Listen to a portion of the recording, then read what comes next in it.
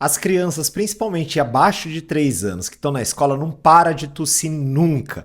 Então, criança com o nariz escorrendo, tosse, será que não tem alguma medicação que nós podemos dar para vocês começarem a entender? Geralmente a tosse, ela vai estar presente apenas como uma defesa. Então, nosso intuito nunca vai ser tratar a tosse. Se nós suspendermos a tosse na grande maioria das vezes, nós vamos deixar alguma coisa lá no pulmão, porque as crianças em geral tossem por uma infecção que nós chamamos de via aérea superior, que seriam as gripes ou os resfriados. Se o problema está aqui em cima e nós pararmos a tosse, o que vai acontecer é que vai aumentar simplesmente o risco de pneumonia. As crianças em geral vão tossir depois de uma infecção viral, que seriam as gripes e os resfriados. Esses vírus vão se instalar na parede da cavidade nasal. Então entra pelo nariz, eles vão pegar célula a célula dessa região, e se nós formos ver, o nariz é só uma ponta aqui de um iceberg. Ele vai pegar, entrar aqui dentro da cavidade nasal, ele vai descendo e chega até a garganta. Por isso que a criança geralmente tem tosse, nariz escorrendo e dor de garganta nesses quadros. Qual é o único jeito conhecido de nós matarmos um vírus? Porque o vírus, fora do nosso corpo, é fácil matar. O problema dele é que ele vai entrar dentro da célula, ele vai se misturar nela, se ativar e começar a reproduzir. Então, mesmo que nós dermos uma medicação, ela não consegue matar o vírus. Nós temos que arrancar a pele inteira que está esse vírus. No caso das gripes e resfriados, por exemplo, vai arrancar a pele do nariz até a região da garganta. Nós vamos muitas vezes fazer febre, chama o sistema de defesa, arrancou a pele fora. Essa pele machucada, inflamada, é o que vai produzir a secreção. E para onde essa secreção vai? Ela pode sair pelo nariz, que vai dar nariz escorrendo, ela pode tentar ir para o estômago, a gente engole, ela pode também tentar ir para o pulmão e a gente tosse. Então a tosse nesses casos é para deixar o pulmão sem a secreção. E ainda mais, se tiver uma bactéria aqui, que seria uma complicação, e ela for para o pulmão, vai aumentar muito o risco de pneumonia. Então, em primeiro lugar, é por isso que vocês têm que entender que o problema da tosse, em geral, não está no pulmão. Ele está nessa secreção que está sendo produzida aqui em cima. Tanto que os tratamentos que foram estudados foram com o intuito de tentar resolver isso sem piorar o problema lá de baixo e sem dar uma pneumonia. O primeiro remédio aqui, que já foi proibido faz muito tempo na infância, é o antitussígeno, que era a base de codeína. Sabe quando a avó falava, tinha um remédio que era tiro e queda. Eu dava, você parava de tossir. É bem possível que seja codeína. Mas qual é o grande problema disso? Nós vimos que começou a aumentar a mortalidade e risco de pneumonia, porque tira o reflexo da tosse. O catarro desce e vai ficar lá no pulmão. Essa medicação já nem tem mais para vender para as crianças. Também fomos estudar o que? Xarope para tosse.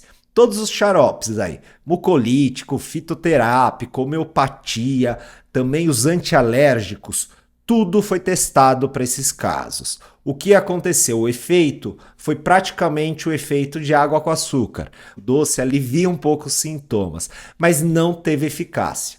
Então, as crianças que tomaram qualquer um desses xaropes antialérgicos também e as crianças que não tomaram, não houve diferença na melhora dos sintomas. Muitos estudos também acabaram comparando o quê? Receitas das avós. Então, vamos tentar comparar o que os mais velhos falam. Chás caseiros, própolis, mel com limão e o que nós encontramos. O único que teve um efeito comprovado até o momento é o mel.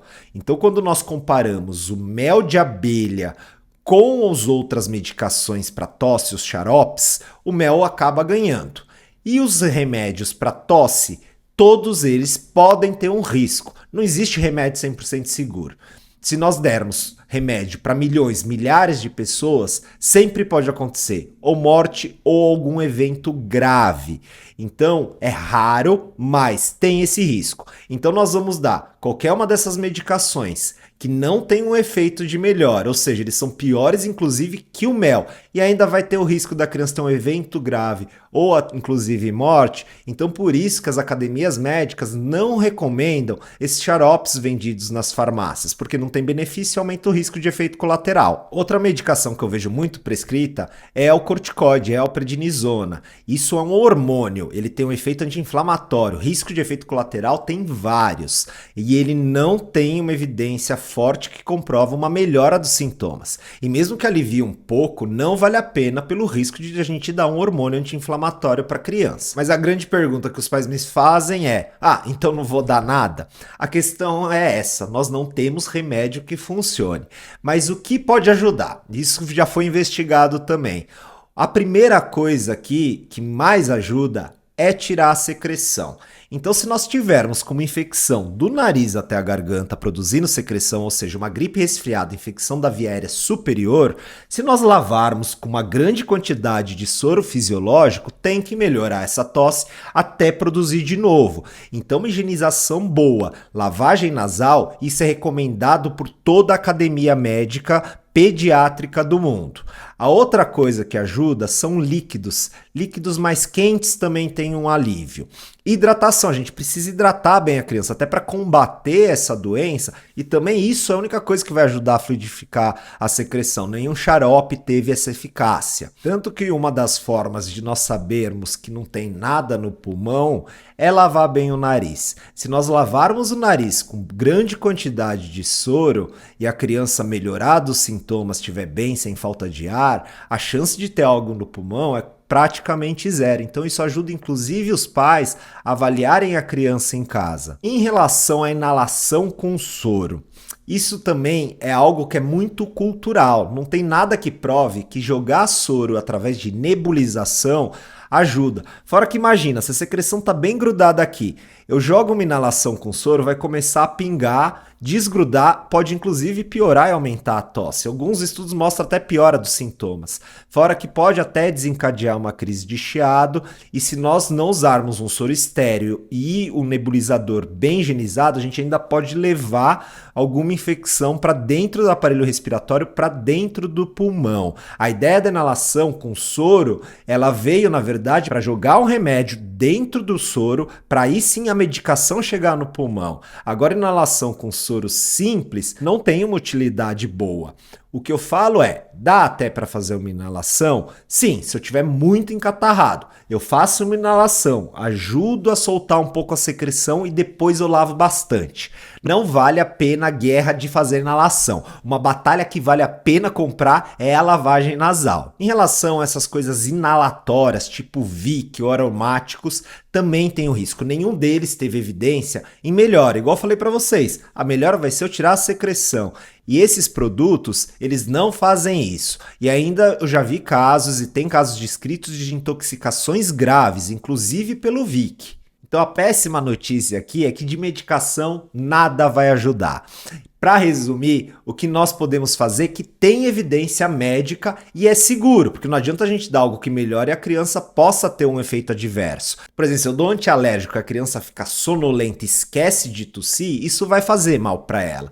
A noite de sono melhora, mas não vale o risco para os filhos. Então vamos ficar no que é seguro e no que tem evidência científica no momento, é recomendado pelas academias e faculdades médicas, que seria lavar o nariz com muito soro, bastante hidratação, líquidos e líquidos mais quentes antes de dormir ajudam, mel de abelha pode ser qualquer mel que venha de boa procedência, é melhor inclusive ser comprado em farmácia, que ele é aprovado, do que em algum produtor que não tenha fiscalização pelo risco de botulismo. A criança só vai poder tomar mel por conta disso depois de 1 ano, já está liberado, não é mais 2 anos como era antigamente.